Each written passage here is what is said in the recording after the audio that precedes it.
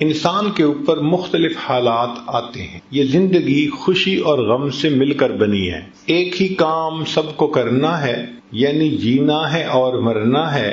رہ گئی بات رنج و راحت کی، یہ فقط وقت کا گزرنا ہے.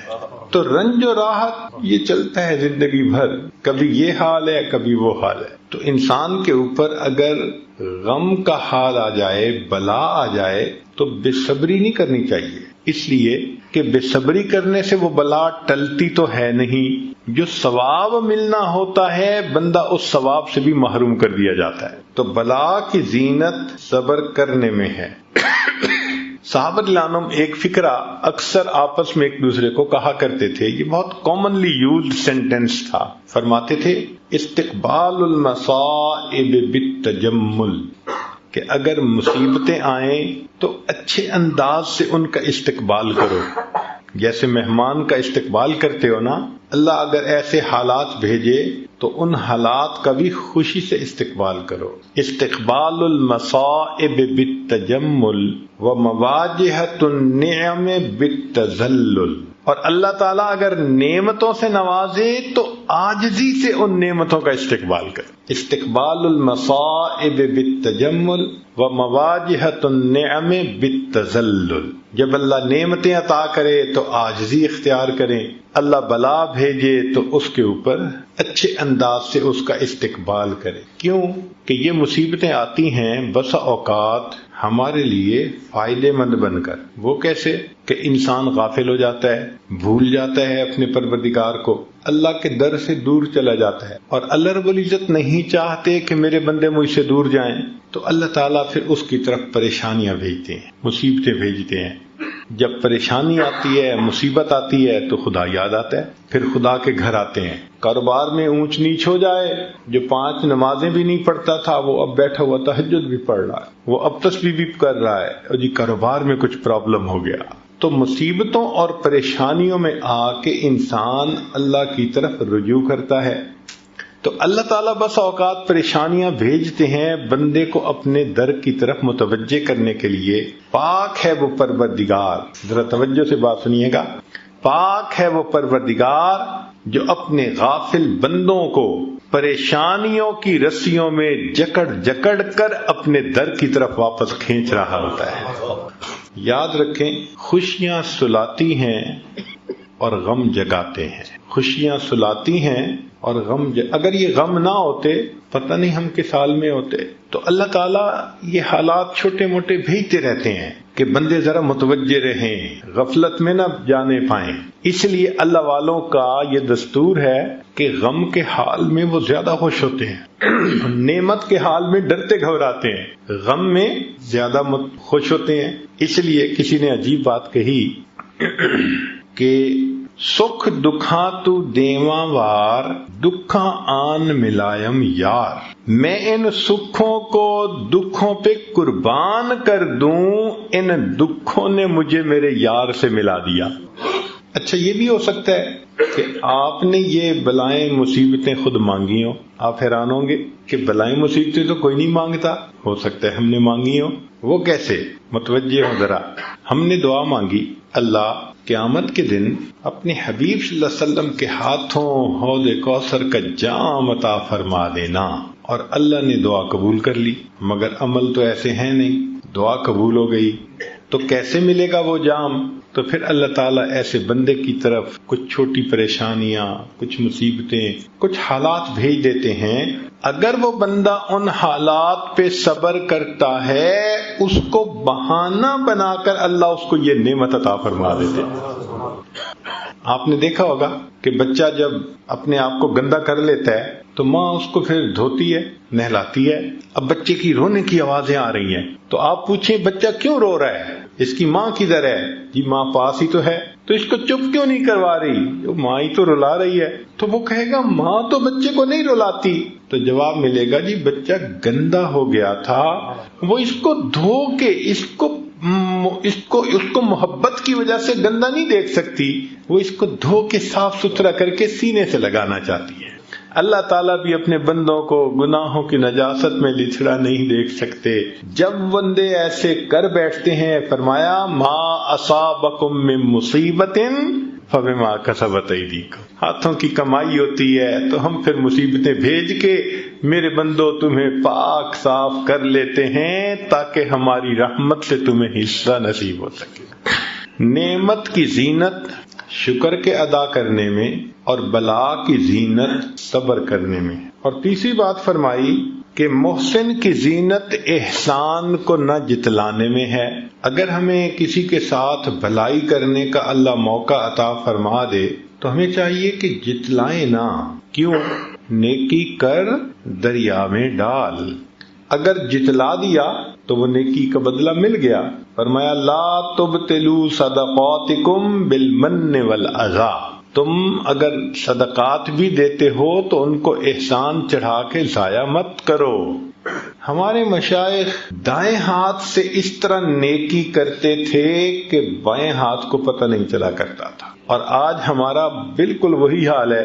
ہم دائیں ہاتھ سے اس طرح گناہ کرتے ہیں کہ بائیں ہاتھ کو پتہ نہیں چلنے دیتے. تو جس طرح ہم گناہوں کو چھپا لیتے ہیں، ہمارے مشائخ نیکیاں کر کے ان کو اس طرح چھپا لیا کرتے تھے. امام اعظم ابو حنیفہ رحمۃ اللہ علیہ گرمی کے موسم میں سخت دھوپ کے اندر کھڑے ہیں، پسینہ آ رہا ہے.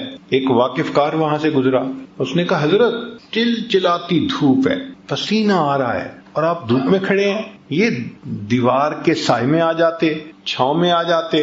تو حضرت نے فرمایا کہ نہیں، میں چھاؤں میں کھڑا نہیں ہوں گا. اس نے پوچھا کیوں؟ فرمایا کہ صاحب خانہ نے مجھ سے قرضہ لیا ہوا تھا اور آج اس نے واپس کرنے کے لیے مجھے بلایا تھا.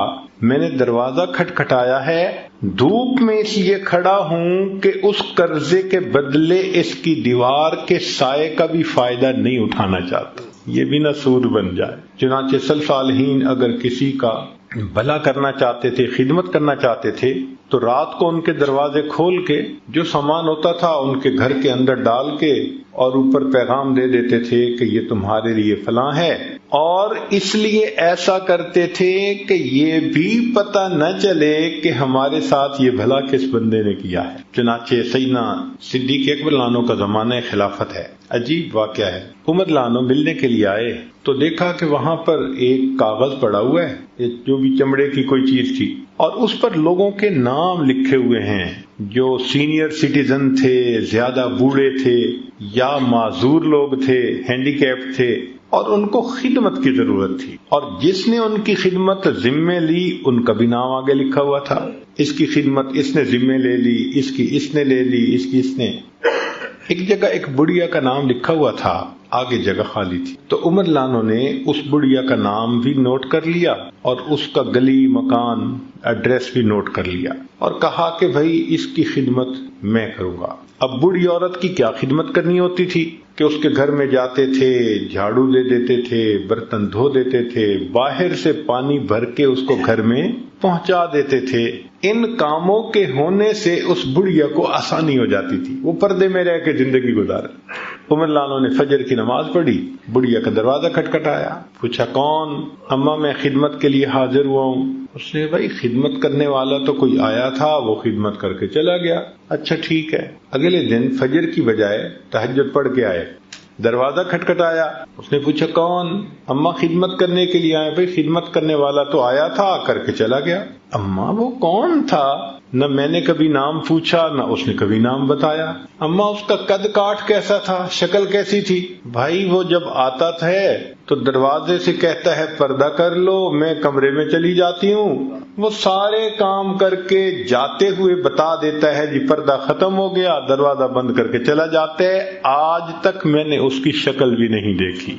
عمر لانو بڑے حیران، یہ کون جواں مرد ہے، خدمت بھی کرتا ہے تو ایسے کہ پتہ بھی نہیں چلنے دیتا، اور تہجد کے وقت خدمت ہو چکی. وہ بھی عمر بن الخطاب تھے. اب اگلے دن عشاء کی نماز پڑھ کے وہ آئے اور بڑھیا کے گھر کے قریب کسی جگہ اوٹ میں بیٹھ گئے کہ میں دیکھتا ہوں کون آتا ہے. فرماتے ہیں کہ جب رات گہری ہو گئی، پن ڈراپ سائلنس، ہاتھ بھی بندے کو نہیں دکھائی دیتا تھا، اتنا اندھیرا ہو گیا. اس وقت میں نے دیکھا کہ ایک آدمی آہستہ آہستہ چلتا ہوا اس بڑھیا کے گھر کے دروازے کے قریب پہنچ رہا ہے. تو میں اٹھا اور میں نے پوچھا من انتا، تو کون ہے؟ تو جواب میں امیر المومنین سیدنا صدیق اکبر لانو کی آواز آئی، میں ابو بکر ہوں. میں نے کہا امیر المومنین رات میں اس اندھیرے میں اس بڑھیا کی خدمت کرنے کے لیے آپ؟ کہتے ہیں کہ میں نے جب نوٹ کیا تو ان کے پاؤں میں جوتے نہیں تھے، ننگے پاؤں تھے. تو میں نے پوچھا کہ امیر المومنین آپ کے پاس جوتے ہیں نہیں یا آپ گھر اتار کے آئے؟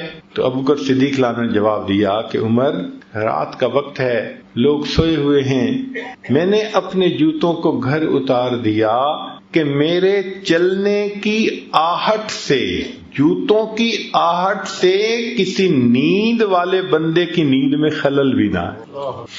احسان کرتے تھے اس طرح کہ دوسرے کو پتہ نہیں چلنے دیتے. بعد کے بزرگوں میں سے ایک بزرگ کا واقعہ سن لیجئے. عبداللہ ابن مبارک رحمۃ اللہ علیہ مشہور محدثین میں سے ہیں. اسماء الرجال کی کتب میں ان کو امیر المؤمنین فی الحدیث کے الفاظ بھی کہے گئے ہیں، اور یہ امام اعظم ابو حنیفہ رحمۃ اللہ علیہ کے خاص شاگردوں میں سے تھے. جب جاتے تھے تو امام احمد بن حنبل رحمۃ اللہ علیہ اپنی جگہ سے اٹھ کر ان کو اپنے مصلی پہ بٹھاتے تھے اور فرماتے تھے کہ مشرق اور مغرب کے عالم ہمارے پاس آ گئے. ایسی اللہ نے شان عطا کی تھی. ایک وقت میں 40,000 طلباء ان کے پاس بیٹھ کر حدیث مبارکہ پڑھا کرتے تھے.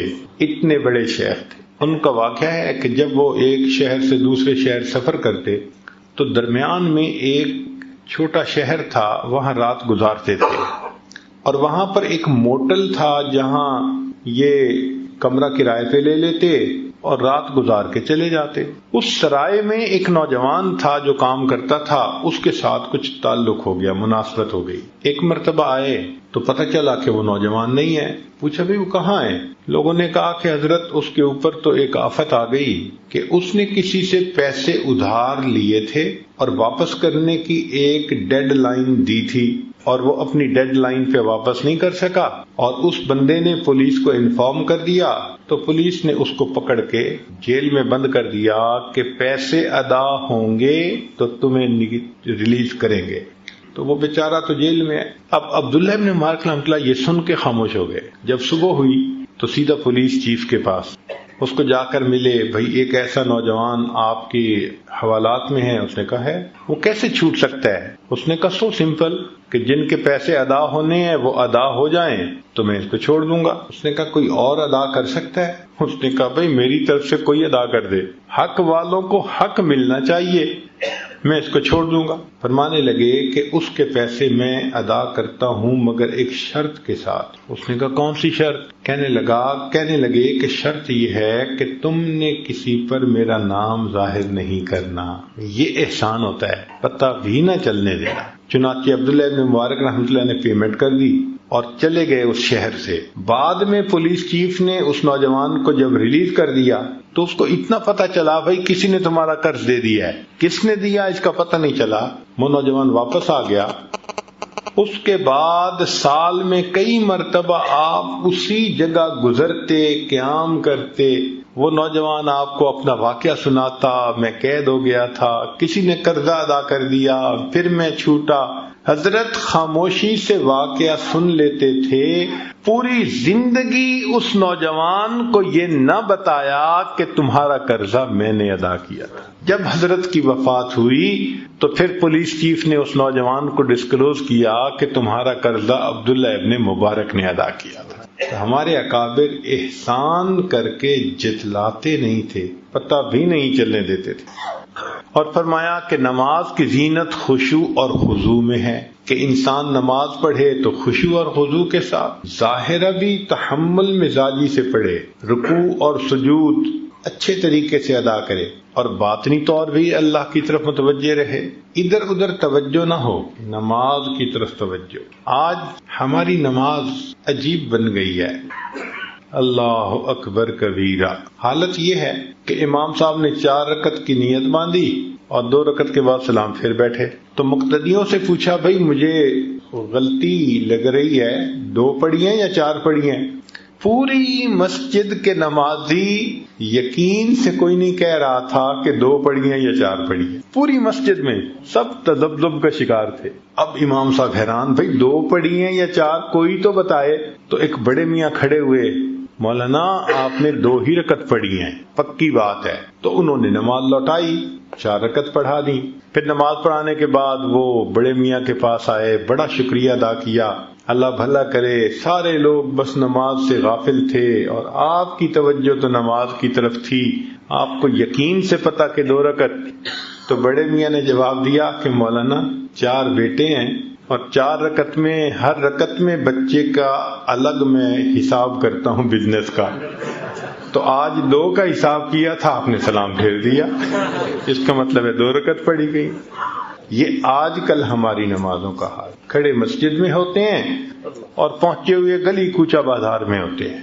مجھے تو ایسے لگتا ہے کئی مرتبہ کہ ہوائی جہاز پہ سفر کر رہے ہوتے ہیں نا، تو کچھ مسافروں کو نا نیند آ رہی ہوتی ہے، اونگ رہے ہوتے ہیں، اور جب جہاز لینڈ کرتا ہے نا تو وہ اسی حال میں اونگ رہے ہوتے ہیں. جیسے پہیے زمین پہ لگتے ہیں نا تو ان کی آنکھ کھلتی ہے، اوہ لینڈ کر گئے. بالکل اسی طرح لگتا ہے کہ ہم اللہ اکبر کے الفاظ سے فلائی کر جاتے ہیں اور پھر پتہ نہیں کن خیالات کی دنیا میں اڑتے رہتے ہیں. اور جب امام کہتے ہیں نا السلام علیکم ہمارے پاؤں زمین پہ لگ جاتے ہیں، اب ہم واپس آ گئے. نماز تو وہ ہے جس میں اللہ کی طرف خشوع خضوع ہو بندے. اللہ اکبر کبیر. ہمارے اکابر نماز بنایا کرتے. تو نماز کی زینت خشوع اور خضوع میں ہے. شیخ عبد الواحد رحمۃ اللہ علیہ کے سامنے کسی نے کہا حضرت جنت میں نماز نہیں ہوگی، تو رونے لگ گئے. کسی نے پوچھا کہ رو کیوں رہے ہیں؟ فرمانے لگے اگر جنت میں نماز نہیں ہوگی تو پھر جنت میں مزہ ہی کیا آئے گا. اللہ اکبر کبھی. حاجی امداد اللہ مہاجر مکی رحمۃ اللہ علیہ کے سامنے کچھ نوجوان بیٹھ کے جنت کی باتیں کرنے لگے، حور و قصور کی باتیں سنتے رہے. جب وہ خوب باتیں کر چکے تو حضرت نے فرمایا کہ اگر قیامت کے دن اللہ رب العزت کا مجھ پر فضل ہو گیا تو میں تو اتنا عرض کروں گا اللہ اپنے عرش کے نیچے مصلی کی جگہ عطا فرما دی. عرش کے نیچے مصلی کی جگہ عطا فرما. مولانا یحییٰ رحمۃ اللہ علیہ لمبا سجدہ کرتے تھے. کسی نے کہا کہ حضرت اتنا لمبا سجدہ؟ مان لگے ہاں جب میں سجدہ کرتا ہوں تو یوں محسوس ہوتا ہے میں نے اپنے آقا کے قدموں پہ سر رکھ دیا، سر اٹھانے کو میرا دل نہیں چاہتا. کوئی تو سجدہ ہم بھی ایسا کر جائیں، کوئی ایسا خلوص کا سجدہ. نشان سجود تیری جبی پر ہوا تو کیا، کوئی ایسا سجدہ کر کے زمین پر نشان رہے. تو اس نماز کو بنانے کی ضرورت ہے. اور ہم نے دیکھا کہ آج کل نوجوان نوافل چھوڑنے کے عادی بنتے جا رہے ہیں. عادتاً نفل نماز چھوڑ دیتے ہیں یا سنت غیر موقدہ چھوڑ دیتے ہیں. عذر ہو اور بات ہے، وقت بھی ہے، مسجد میں بھی ہیں، تو پھر کیوں چھوڑتے ہیں بھائی؟ عبداللہ ابن عباس عنہ فرمایا کرتے تھے کہ جس بندے کی فرض نماز کے اندر کوئی کمی ہوگی اللہ تعالیٰ کی رحمت سے امید کرتے ہیں کہ وہ اس کے بدلے نفل نمازوں کو قبول فرما لیں گے. تو اگر کمپنسیشن نفلوں سے ہو جائے گی تو مزے ہیں ہمارے. پتہ نہیں یہ نفل کس نماز کی کمپنسیشن ہو جائے گی. اس لیے نفل چھوڑا نہ کریں، پڑھ لیا کریں. نفل چھوڑا نہ کریں، پڑھ لیا کریں. ہمیشہ یہ سوچا کریں کہ معلوم نہیں کس جگہ کا کیا ہوا میرا سجدہ میرے اللہ کو پسند آ جائے، میں نہیں جانتا، اس لیے میں اور چند سجدے کر لوں. تو نماز کی زینت خشوع اور خضوع میں ہے. اب یہاں پر ایک اور بھی بات اس موقع پہ کر دیتا ہوں. امام ربانی مجدد ثانی رحمۃ اللہ علیہ نے اپنے مکتوبات میں ایک عجیب بات لکھی ہے. وہ فرماتے ہیں کہ انسان اگر جنت میں چلا بھی گیا تو اس کو وہاں پر اللہ تعالیٰ کا دیدار ہوگا، لیکن دیدار کی کیفیت مختلف ہوگی. بعض لوگ ہوں گے کہ جن کو تجلی ذاتی دائمی نصیب ہو، اللہ تعالیٰ اپنے چہرہ انور سے بالکل پردے ہٹا دیں گے صفات کے اور چہرے کا دیدار ہوگا. اور فرماتے ہیں کہ بعض لوگوں کو دیدار تو ہوگا مگر اوپر پردے آ جائیں گے صفات کے، 70,000 پردے. اب پردوں میں سے دیدار ہونا اور چیز ہے، بغیر پردے کے دیدار ہونا، تو وہ فرماتے ہیں اپنے مکتوبات میں کہ اس کا معیار دنیا میں انسان کی نماز ہے۔ جو دنیا میں بغیر وساوس کے نماز پڑھتا ہوگا اس کو جنت میں بغیر پردوں کے دیدار نصیب ہوگا۔ جس کو جتنے وسوسے آتے ہوں گے اس کو جنت میں اتنا پردوں میں سے دیدار۔ اب یہ جتنے وساوس ہیں یہ پردے ہیں اللہ تعالیٰ کے دیدار۔ بھائی زندگی میں محنت کر کے ان وساوس سے جان چھڑائیں۔ وساوس سے جان چھڑانا محنت چاہتا ہے، چھوٹا سا کام نہیں ہے، اور ہم سمجھتے ہیں یہ خود بخود ختم ہو جائیں گے۔ ایک طلباء کے لیے علمی نکتہ، جب کوئی آدمی کتاب لکھتا ہے تو کتاب کے آخر پہ وہ سب سے جو اہم بات ہوتی ہے نا، جو اہم نکتہ ہوتا ہے وہ اس کو لکھتا ہے، اہم پیغام دیتا ہے۔ کتاب اینڈ ہو رہی ہے نا، ختم ہو رہی ہے، لب لباب جو ساری بات کا نچوڑ ہوتا ہے وہ کتاب کے آخری صفحے پہ آ کے لکھتا ہے کہ بھئی یہ مقصد تھا پورا۔ جب یہ بات ہم سمجھتے ہیں تو ذرا بتائیے کہ اللہ رب العزت نے قرآن مجید میں ہمیں کتنی تعلیمات سے نوازا، تو ان تعلیمات کا لب لباب اخیر پہ کیا نکلا؟ آخری صورت کیا کہہ رہی ہے؟ قل اعوذ برب الناس ملک الناس الہ الناس من شر الوسواس الخناس۔ یہ خناس کے وساوس یہ اتنے برے کہ اللہ نے نچوڑ نکالا قرآن کا اس جگہ پہ۔ اس سے نجات پاؤ، اللہ کی پناہ مانگو، مگر اس کے لیے محنت کرنی پڑتی ہے۔ نماز بنانے میں ایک اصول یاد رکھیں کہ نماز بنتی ہے بار بار نماز کی مشق کی جائے اور نماز کے باہر اللہ کا ذکر کیا جائے۔ اس کی مثال یوں سمجھیں کہ ایک آدمی اگر ہیوی ویٹ باکسنگ چیمپئن شپ کا مقابلہ کرنا چاہتا ہے تو آپ اس کو دیکھیں گے، کبھی تو وہ جاگنگ کر رہا ہوگا اور کبھی وہ جمپ کر رہا ہوگا اور کبھی وہ سپرنگ کھینچ رہا ہوگا اور کبھی لٹک رہا ہوگا اور کبھی ایک چمڑے کا تکیہ اس کو مکے مار رہا ہوگا۔ یہ سارے کام وہ کیوں کرتا ہے؟ اس لیے کہ اس کو یہ پتا ہے کہ میں جتنی تیاری کروں گا، جب میں رنگ کے اندر داخل ہوں گا تو اتنی بہتر پرفارمنس میں دکھا سکوں گا۔ اور اگر کوئی بندہ مقابلے کا فیصلہ تو کر لے اور اپنی محنت نہ کرے، کوئی کہے بھی صحیح بھائی تمہارا تو مقابلہ ہے، کہتے ہیں جی رنگ میں جاؤں گا تو دیکھی جائے گی، تو یہ تو پھر پہلے منٹ میں ہی ٹیکنیکل ناک آؤٹ ہو جائے گا۔ اس لیے کہ رنگ میں جانے کے بعد تھوڑا تیاری ہوتی ہے، وہ تو باہر تیاری ہوتی ہے۔ ایگزیکٹ اسی طرح ہم نماز کے باہر تو ذکر پہ محنت نہیں کرتے کہ وساوس دور ہو، اور ہم یہ سمجھتے ہیں بس اللہ اکبر کہہ کے رنگ میں اتر گئے تو بس جی ہم انشاءاللہ وساوس کے بغیر نماز پڑھ لیں گے۔ وہ پہلے منٹ میں ہی شیطان ٹیکنیکل ناک آؤٹ کر دیتا ہے، ہمیں یاد ہی نہیں ہوتا کہ ہم نے کیا پڑھا کیا نہ پڑھا۔ اور کئی تو ایسا خود بتاتے ہیں کہ قیام میں کھڑے اتحیات پڑھ رہے ہوتے ہیں اور اتحیات میں بیٹھے سورہ فاتحہ پڑھ رہے ہوتے ہیں، کہاں توجہ جا رہی ہے پتہ ہی نہیں ہوتا۔ تو یہ جو ذکر بتایا گیا، مسنون دعائیں بتائی گئیں، اصل میں یہ نماز کی پریپریشن ہے۔ تو رنگ سے باہر محنت کریں، پھر جب اللہ اکبر کہہ کے رنگ میں اتریں گے تو آپ دیکھیں گے کہ وہ مردود بھاگ جائے گا اور آپ سکون سے اللہ پاک کے سامنے تسلی کی چند رکعت ادا کر سکے۔ تو نماز کی زینت خشوع اور خضوع میں ہے۔ اور پانچویں چیز فرمائی کہ خوف کی زینت گناہوں کے چھوڑنے میں ہے۔ اب ایک بندہ کہے جی میرے دل میں اللہ کا بڑا خوف ہے اور آنسو تو بہائے گناہ نہ چھوڑے، تو اس کا مطلب ہے کہ خوف نہیں ہے۔ جب خوف ہوتا ہے تو بندہ پھر دور ہٹتا ہے۔ آپ دیکھیں سانپ دیکھنے میں کتنا خوبصورت ہوتا ہے، کبھی ہاتھ لگایا آپ نے کہ جی کتنا بہترین ڈیزائن بنا ہوا ہے اور کتنی اس کی جو ہے نا ملائم سکن ہے، ذرا پکڑ کے تو دیکھو گے کہ نا بھائی نا۔ ہم کیوں دور بھاگتے ہیں؟ ہمیں خوف ہوتا ہے، بجلی سے دور جاتے ہیں، سانپ سے دور بھاگتے ہیں، اس لیے کہ ہمیں خوف ہوتا ہے کہ نقصان ہوگا۔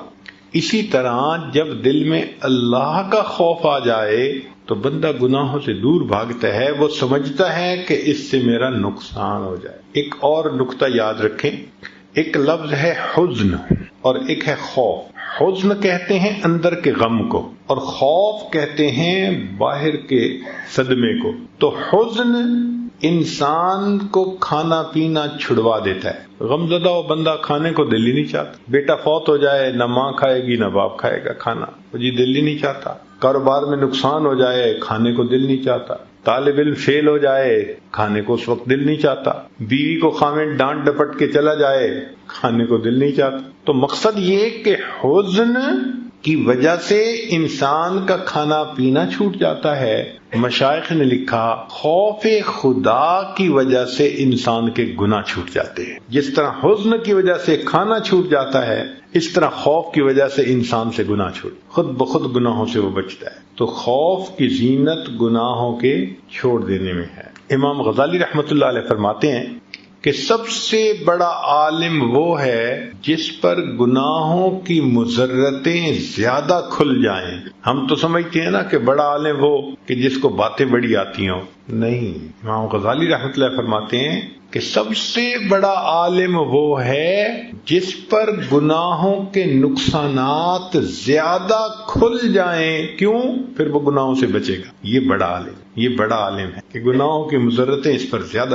نبی علیہ السلام کی خدمت میں ایک صحابی آئے، اے اللہ کے نبی صلی اللہ علیہ وسلم، میں بڑا عبادت گزار بننا چاہتا ہوں۔ نبی علیہ السلام نے فرمایا اتق المحارم تکن اعبد الناس، گناہوں کو چھوڑ دو تم سب سے بڑے عبادت گزار بن جاؤ گے۔ تو گناہوں کو چھوڑنا یہ خوف کی زینت ہے۔ پھر اس کے بعد فرمایا کہ طالب علم کی زینت عاجزی میں ہے۔ کوئی طالب علم ہو، اسٹوڈنٹ ہو، تو اس کو عاجز بن کے رہنا چاہیے۔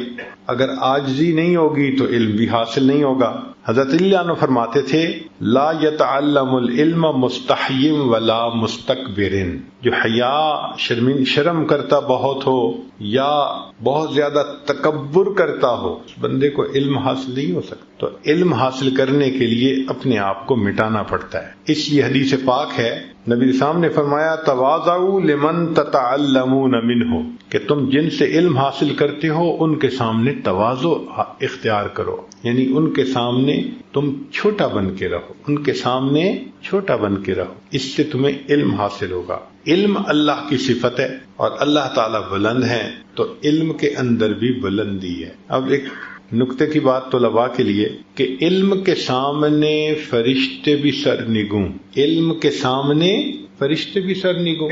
حضرت آدم علیہ السلام کے سامنے فرشتے ہار گئے نا، اور سجدہ کیا انہوں نے، تو کس وجہ سے سجدہ کیا؟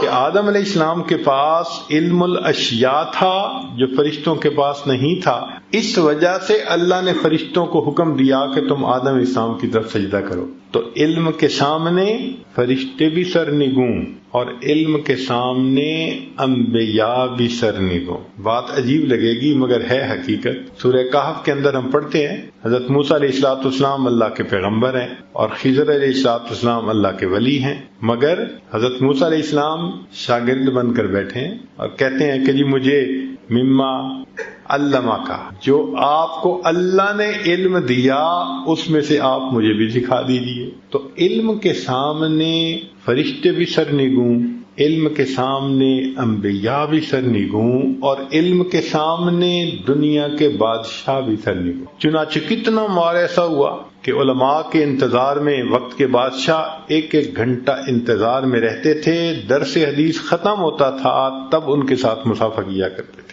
تو علم کے سامنے وقت کے بادشاہ بھی سرنگوں۔ ساتویں چیز فرمائی کہ علم کی زینت حلم میں ہے، علم کی زینت حلم میں۔ اللہ تعالیٰ اگر کسی کو علم حاصل عطا فرمائے تو اس کو چاہیے کہ وہ حلم بھی اپنے اندر پیدا کرے۔ اللہ تعالیٰ نے علم کو اور حلم کو ایک جگہ پر اکٹھا ذکر فرمایا، وَقَانَ اللَّهُ عَلِيمًا حَلِيمًا، اللہ علیم بھی ہے حلیم بھی ہے۔ اور واقعی یہ بات بڑی عجیب ہے، ہم تو غلطی معاف کر دیتے ہیں نا کہ ہمیں غلطی کی پوری سچویشن کا پتہ نہیں ہوتا، تھوڑا سا پتہ ہوتا ہے۔ اللہ تعالیٰ تو بندے کو اس وقت بھی جانتے ہیں جب گناہ کا ارادہ کرتا ہے، جب گناہ کے لیے جا رہا ہوتا ہے، پھر اس وقت بھی دیکھتے ہیں جب گناہ کر رہا ہوتا ہے، پھر اس کے بعد وہ بندہ آ کے معافی مانگ لیتا ہے، اللہ اس کے ساتھ علم کا معاملہ فرما دیتا۔ تو علم کے ساتھ علم کا اکٹھا ہو جانا یہ عجیب نعمت ہے۔ اور نبی علیہ السلام کی مبارک زندگی کو دیکھیں،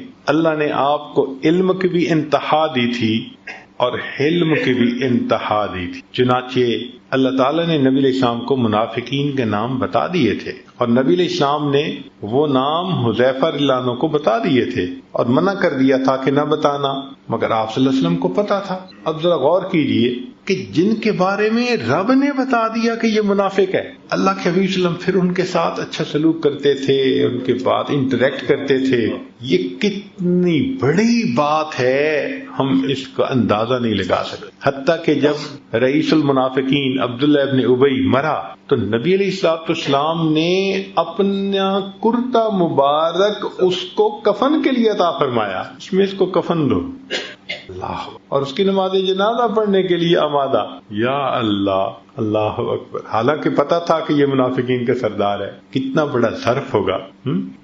تو علم کے ساتھ حلم کا ہونا یہ عجیب بات ہے. ہمارے اکابر جتنے بھی گزرے ان سب کے اندر علم بھی تھا اور حلم بھی تھا. چنانچہ مختصر بات ذرا کرتا ہوں. امام ابو یوسف رحمۃ اللہ علیہ چیف جسٹس بنے، قاضی القضاء. تو ان کی ایک عجیب عادت تھی کہ جو مسئلہ فوری ازبر نہیں نہ ہوتا تھا اور کوئی ان سے پوچھتا تو وہ کہہ دیتے لا ادری، لا ادری، مجھے نہیں پتا، مجھے نہیں پتا.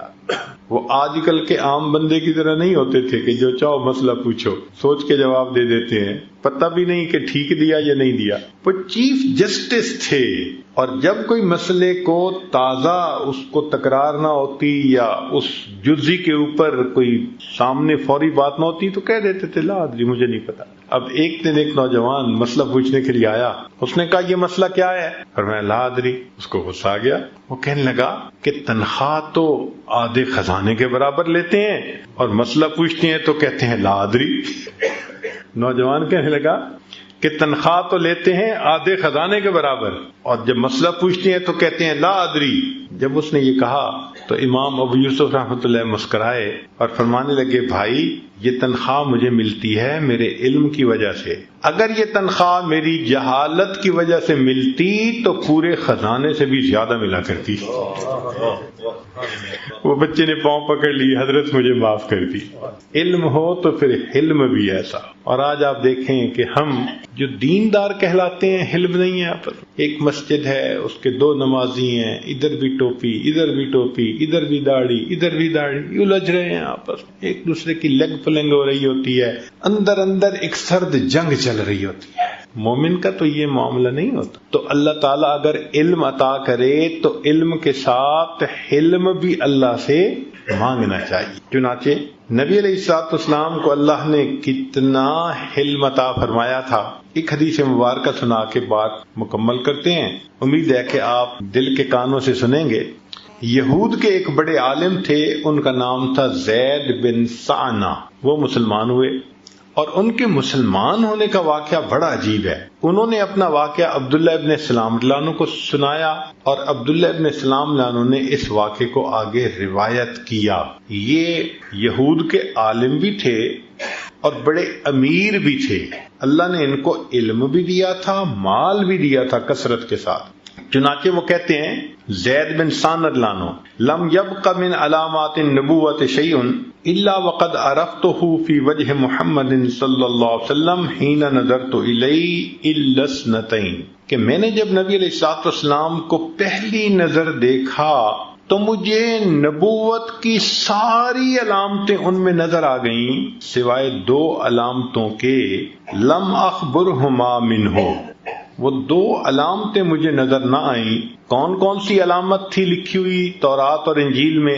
کہ یسبق حلمہ غضبہ، کہ وہ آخری پیغمبر جو ہوں گے ان کا حلم ان کے غضب کے اوپر غالب ہوگا. ایک تو یہ نشانی تھی، اور دوسرا ولا یزیدہ شدت الجہل علیہ الا حلما، کہ ان کے ساتھ کوئی جتنا جہالت کا معاملہ کرے گا ان کا حلم اتنا بڑھتا چلا جائے گا. مجھے ساری علامتیں نظر آ گئیں سوائے ان 2 علامتوں کے. فَكُنْتُ أَتَلَطَّفُ لَهُ لِأَنْ أُخَالِطَهُ، اب میں موقع کی تلاش میں تھا کہ مجھے کوئی اپورچونٹی ملے اور میں ان کے ساتھ انٹریکٹ کروں اور ان کو غصہ دلا کے دیکھوں کہ ان کا حلم کتنا ہے اور ان کا غضب کتنا ہے. اب وہ موقع کی تلاش میں پھر رہا ہے. کہتے ہیں قال فخرج رسول اللہ صلی اللہ علیہ وسلم یوم من الایام من الحجرات، نبی اسلام ایک دن اپنے حجرے سے باہر تشریف لائے، ومعه علی بن ابی طالب، اور علی ابن ابی طالب عنہ ان کے ساتھ تھے، فاتاہ رجل علی راحلتہ کالبدوی، ایک بندہ اپنی سواری پر آیا جیسے بدو ہوتا ہے دیہاتی بندہ، وہ اپنی سواری پہ سوار ہو کر آیا، فقال، اور یہ کہنے لگا، یا رسول اللہ، اے اللہ کے رسول صلی اللہ علیہ وسلم، ان قریۃ بنی فلان قد اسلموا، فلاں بستی کے لوگ مسلمان ہوئے، وقد اصابتہم سنۃ وشدۃ، اور ان کو فاقہ، تنگ دستی، قحط سالی نے گھیر لیا، فإن رأيت أن ترسل إليهم بشيء تعينهم به فعلت، اگر آپ ان کو ہیلپ آؤٹ کرنا چاہتے ہیں تو میں جا رہا ہوں، آپ مجھے کچھ پیسے دیں، میں پہنچا دوں گا، ان کی مدد ہو جائے گی۔ فلم یکم معه شیء، اللہ کے حبیب صلی اللہ علیہ وسلم کے پاس دینے کے لیے کچھ بھی اس وقت نہیں تھا۔ فدنوت منہ، زید کہتے ہیں کہ میں نے جب یہ سچویشن دیکھی نا تو میں نے کہا بڑا اچھا موقع بن رہا ہے، فدنوت منہ، میں ان کے قریب ہو گیا، فقال، اور میں نے کہا، یا محمد، اے محمد صلی اللہ علیہ وسلم، ان رأیت ان تبیعنی تمرا معلوما من حائط بنی فلان الی اجل کذا و کذا، کہ اگر آپ مجھے فلاں باغ کی کھجوریں اس ریٹ پر بیچنے کا سودا کرتے ہیں تو میں آپ کو ایڈوانس پیمنٹ ابھی دے دیتا ہوں۔ میں نے ان کے سامنے ایک رائے پیش کی، آپ کو تو پیسے کی ضرورت ہے نا، تو آپ میرے ساتھ ڈیل کر لیں کہ فلاں باغ کی کھجوریں اس ریٹ پہ دیں گے تو میں آپ کو ایڈوانس ابھی پیمنٹ دے دیتا ہوں۔ فقال، نبی علیہ السلام نے فرمایا، لا یا اخا یہود، اے یہود کے بھائی، نہیں میں نے ایسا نہیں کرنا، ولیکن ابیعک تمرا معلوما الی اجل کذا و کذا، یہ جو تو نے باغ کی شرط لگائی ہے نا، کنڈیشن، اس کو ختم کر، ہاں میں اتنے ریٹ پر تمہیں اتنی کھجوریں فلاں میعاد تک دے دوں گا، موٹی بات کرو۔ کہتے ہیں کہ میں تو انتظار میں تھا، فقلت نعم، میں نے کہا بہت اچھا، فبایعنی وآتیتہ 80 دینارا، اب ڈیل طے ہو گئی اور میں نے 80 دینار ادا کر دیے، فآتاہ الرجل، نبی علیہ السلام نے وہ 80 دینار اس بندے کو دے دیے کہ تم جا کے ان لوگوں کو دے دو جن کے اوپر قحط سالی کا معاملہ تھا۔ قال زید، زید کہتے ہیں، فلما کان قبل محل الاجل بیومین او ثلاثۃ، وہ جو ڈیٹ متعین تھی نا، ڈیڈ لائن تھی، اس میں ابھی 2 دن یا 3 دن باقی رہتے تھے۔ خرج رسول اللہ صلی اللہ علیہ وسلم فی جنازۃ رجل من الانصار، نبی علیہ السلام انصار کے کسی بندے کا جنازہ پڑھنے کے لیے نکلے، ومعہ ابو بکر، اور ان کے ساتھ ابو بکر بھی تھے، عمر، عثمان، فی نفر من اصحابہ، صحابہ کی ایک بڑی جماعت تھی، ابو بکر و عمر و عثمان سب ساتھ تھے۔ فلما صلی علی الجنازۃ اتیتہ، اب ذرا سمجھنے والی بات ہے کہ جب نبی علیہ السلام نے جنازہ پڑھا لیا تو وہ کہتے ہیں کہ میں آیا، اور پبلکلی سب کے سامنے، فاخذت بمجامع قمیصہ وردائہ ونظرت الیہ بوجہ غلیظ، میں نے نبی علیہ السلام کو کرتا اور تہبند کے جمع ہونے کی جگہ، یعنی یہ جو ہوتی ہے نا کمر ران کی یہ جگہ جہاں دونوں اوور لیپ کر رہے ہوتے ہیں، تو اس جگہ سے آ کے میں نے سب کے سامنے یوں زبردستی پکڑ لیا، وَنَظَرْتُ إِلَيْهِ بِوَجْهٍ غَلِيظٍ، اور بڑا غصے والا چہرہ بنا کے میں نے ان کی طرف دیکھا، ثم قلت، پھر میں نے کہا، الا تقضی یا محمد حقی، اے محمد صلی اللہ علیہ وسلم تم میرا حق کیوں نہیں دیتے؟ فواللہ، اللہ کی قسم، ما علمتکم یا بنی عبد المطلب لسیء القضاء مطل، اے بنی عبد المطلب کی اولاد، میں نے تم جیسا قرضے میں ادا کرنے میں سستی کرنے والا کوئی دیکھا ہی نہیں ہے۔ اب ذرا غور کیجئے کہ ایک تھا علیحدگی میں مانگنا، ایک ہے لوگوں کے سامنے، اور مانگنے سے پہلے کپڑے پکڑ کے کھینچا اور غصے کی نظر بنا، غصے کا چہرہ بنا کے دیکھا، اور پھر کیا، ابھی تو 3 دن باقی ہیں، وہ کہتے کہ میں نے کہا تم میرا حق کیوں نہیں دیتے، اور ساتھ قسم کھا کے ان کو خاندانی تانا دیا، اس لیے کہ عربوں میں خاندانی تانا دینا تو زندگی موت کا مسئلہ ہوتا تھا۔ عرب برداشت نہیں کر سکتے تھے کوئی ان کو خاندان کا تانا دے. اس خدا کے بندے نے خاندان کا تانا دیا. اللہ کی قسم بنی عبد المطلب کی اولاد تم قرضے کو ادا کرنے میں سارے کوتاہی کرنے والے ہو. اللہ اکبر. قال زید کہتے ہیں فنظرت الی عمر، اچانک میری نظر جو عمر لانو پر پڑی، وعیناہ تدوران فی وجہہ، اور عمر لانو کی نگاہیں تو میرے چہرے کے اوپر گڑی ہوئی تھی. وہ مجھے اس نظر سے دیکھ رہے تھے، اس لیے کہ عاشق تھے اور محب محبوب کے ساتھ کوئی زیادتی کرے اس کو کیسے برداشت کر سکتا ہے. تو عمر لانو کی نگاہیں اس طرح تھیں. وہ کہتے ہیں ثم قال، عمر لانو مجھے کہنے لگے ای عدو اللہ، او اللہ کے دشمن، اتقول لرسول اللہ ما اسمع، تو یہ الفاظ رسول اللہ صلی اللہ علیہ وسلم کو کہہ رہے جو الفاظ میں سن رہا ہوں. فوالذی بعثہ بالحق، قسم ہے اس ذات کی جس نے نبی علیہ السلام کو حق دے کر بھیجا. لولا ما احاذر فوتہ لضربت سیفی رأسک، اگر مجھے تیرا حق فوت ہونے کا ڈر نہ ہوتا کہ تجھے قتل کر دیں گے تو تیرا حق ہے تجھے دینا ہے، اگر یہ نہ ہوتا تو میں تلوار سے تمہاری گردن کو اڑا کے رکھ دیتا. یہ عمر لانو نے کہا. برداشت کیسے کر سکتے تھے کہ ان کے سامنے اللہ کے حبیب صلی اللہ علیہ وسلم کے ساتھ کوئی مس بہیو کرے. تو عمر لانو کی رگ فاروقی پھڑک گئی اور انہوں نے کہا اے اللہ کے دشمن، تم یہ الفاظ کہہ رہے ہو کہ جو میں سن رہا ہوں، اگر مجھے تمہارا حق فوت ہونے کا ڈر نہ ہوتا میں تلوار سے تمہاری گردن کو اڑا دیتا. ورسول اللہ صلی اللہ علیہ وسلم ینظر الی عمر فی سکون وتبسم، اور رسول اللہ علیہ وسلم عمر لانو کی طرف بڑے سکون اور بڑے تبسم کے ساتھ دیکھ رہے ہیں.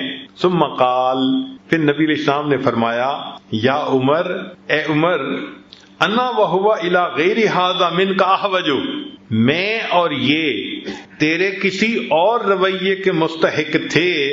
ان تأمرہ بحسن الاقتداء وتأمرنی بحسن القضاء، تو اسے سمجھاتا کہ بھائی ڈیمانڈ کرو تو ذرا سلیقے سے مانگو، اور مجھے کہتا کہ جی جب دینا ہی ہے قرضہ تو وقت سے پہلے ادا کرو. تو اسے بھی سمجھاتا اور اے عمر مجھے بھی سمجھاتا. یا عمر اذهب یا عمر، عمر جاؤ، فقضہ حقہ، اس بندے کو جو اس کا کھجوریں بنتی ہیں وہ جا کے دے دو. وزدہ 20 صاعا، اور 20 صاع کھجوریں، ایک صاع کئی کلو کی ہوتی ہے، اتنے کلو کھجوریں اس کو زیادہ دے دو. مکان ما رواتہ، کہ تم نے اس کو تھریٹ کیوں کیا ہے. نبی علیہ السلام فرما رہے ہیں عمر لانو کو کہ تم نے چونکہ تھریٹ کیا ہے نا اس کو، اس لیے تم جاؤ اس کا حق بھی دو اور اس کو 20 صاع کھجوریں زیادہ بھی دو. قال زید، زید کہتے ہیں فذهب بی عمر، عمر میرے ساتھ گئے. فقضانی، انہوں نے میرا حق بھی مجھے کھجوروں کا ادا کر دیا. وزادنی، اور 20 صاع کھجوریں زیادہ بھی مجھے دیں. فاسلمت، میں آیا نبی علیہ السلام کی خدمت میں آ کے مسلمان ہو گیا.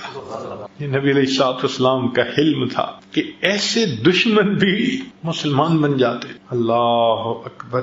آپ غور کیجئے، ہم اپنے بھائیوں کے ساتھ، گھر کے لوگوں کے ساتھ تحمل کا رویہ نہیں کر سکتے. اللہ اکبر. اللہ رب العزت ہمیں سمجھ عطا فرمائے اور تحمل مزاجی کی نعمت عطا فرمائے. وآخر دعوانا ان الحمد للہ رب العالمین.